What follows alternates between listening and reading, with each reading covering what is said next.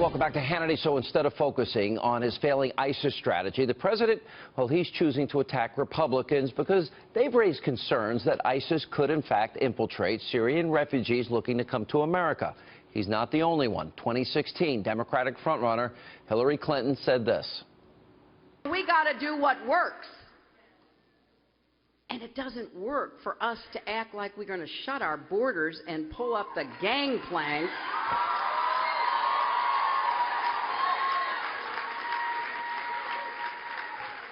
That weakens us, and it also validates some of what these terrorists are saying. Joining me now with reaction, 2016 presidential candidate Carly Fiorina. She really is just as bad as him, and she's making the same accusations as he is. What is your reaction? Absolutely. Well, first of all, Hillary Clinton continues, I guess, to believe that somehow we're responsible for the terrorist actions. We're not responsible for the terrorist actions. They're responsible for their actions. Maybe that's why a year ago she said that we needed to empathize with our enemies. And whatever Hillary Clinton says, she has done all the wrong things over and over and over again. I mean, she was wrong about Russia. Remember the gimmicky red reset button? She was wrong about Libya. She wanted to topple Gaddafi, then sort of turned away and watched as that country fell into complete disrepair. She was wrong, of course, lied about the Benghazi terrorist attack. She was wrong when she declared victory in Iraq and agreed with withdrawing all of our troops against all military advice, which gave ISIS the territory, the caliphate, over which they preside now. She's been wrong over and over. She called Bashar al-Assad a positive reformer. Remember that? Open an embassy. So this is a woman who's been consistently wrong about every single national security and foreign policy threat. Let me go through all this, because you're hitting a really important point. Libya is now descended into chaos. It was better off under Gaddafi. It's gotten so bad there. Now That's it's right. a terrorist safe haven. It is a failed state. And Somalia and Yemen, remember they held those three up as success stories. Add to that Syria. Add to that, you're right, That's Iraq.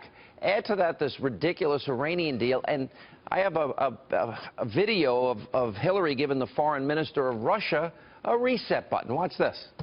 That's right. I wanted to present you with a little gift which represents what President Obama and Vice President Biden and I have been saying. And that is, we want to reset our relationship. And let's do it together. So we will do it together, okay?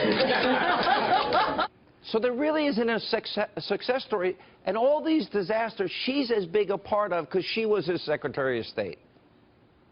Exactly right. And no, Mrs. Clinton, a gimmicky red reset button won't work with Vladimir Putin. Rebuilding the Sixth Fleet might. Rebuilding the missile defense program in Poland might. It might work to actually deny ISIS territory. She has been consistently wrong about every single foreign policy and national security challenge we have faced. So honestly, Sean, I don't pay much attention to her speeches because I know her actions, and I think actions speak louder than words. She is dangerous for the national security of this nation. Look no further than Benghazi. Let me ask you, she sent out a tweet that women that are victims of sexual assault have a right to be believed. It was on the front page of Trudge last night, the issue of Juanita Broderick. Then there's Kathleen Willey. Then there's Paula Jones. All have made allegations against her husband that he assaulted them. I've interviewed these women, all three of them and others. Does that mean, would it be a legitimate, fair campaign issue to ask her, Hillary, if victims have a right to be believed, do you believe them, or do you think that's unfair? No, I don't think it's unfair. And of course, I think it's also true that Hillary Clinton has demonstrated the same hypocrisy when she talks about women's rights. I mean, let's talk for a moment about what ISIS is doing to women and young girls.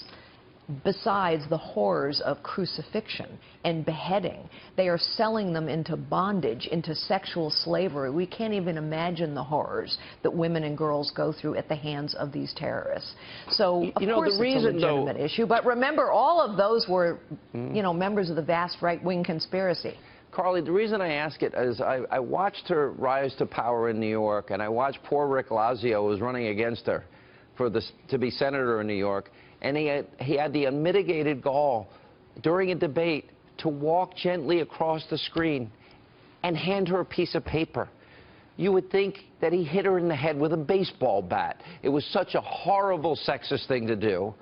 And I watched what they did to Mitt Romney, who was carrying around resumes for women, and that's a war on women. But she takes money from countries that treat women horribly, and nobody in the media talks about it. Why is that? Because there's a double standard, Sean. We've talked about this before. There's a double standard for liberal women versus conservative women. But let's be realistic. This is the campaign she's going to run.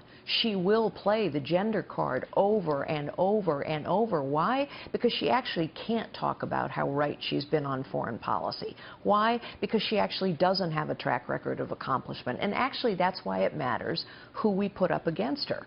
I can beat Hillary Clinton. I'm here in Iowa, and I will tell you people cannot wait to see a debate between me and Hillary Clinton. And the reason for that is they know I can beat her, and we must win. Is there a difference? Because I've noticed you probably have been the most aggressive of all the candidates in going after her in particular. I mean, I don't think she's the front runner. I think this is a coronation. She has the nomination. Do you think some of your fellow GOP candidates saw what happened to Rick Lazio, know what happened to Mitt Romney, and maybe you're a little more timid? They'll tread lightly because of that?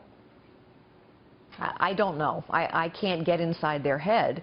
What I would tell you is, having grown up in a man's world, I understand that conservative principles work better to lift women up.